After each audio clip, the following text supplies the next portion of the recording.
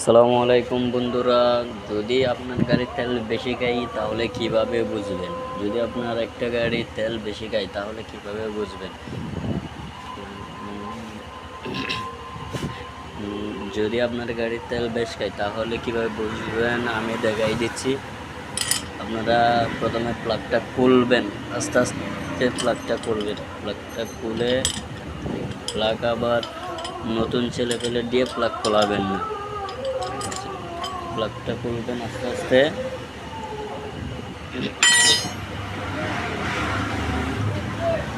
কিভাবে তেল বেশি খায় গাড়ি এইটা কিভাবে বুঝবেন? বেশি খায় নাকি কম খায় এটা কিভাবে প্লাগ দেখে বুঝতে পারবেন?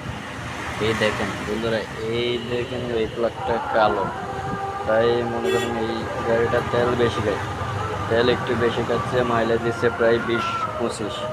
এইটা এমনিতে মনে করেন মাইলেজ দেয় আপনার প্রায় 40-45 মাইলেজ দেয় গাড়িটা। মাইলেজ দিচ্ছে প্রায় 30। এটা নতুন পিস্টন লাগাইছে, তারপরেও তেল বেশি খাচ্ছে। নতুন পিস্টন লাগাইছে। দেখি আমরা এই গাড়িটার তেল কিভাবে কমাইতে পারি। সবাই দোয়া করবেন, সুস্থ রাখবেন ইনশাল্লাহ। আর চ্যানেলটা সাবস্ক্রাইব করে দিবেন।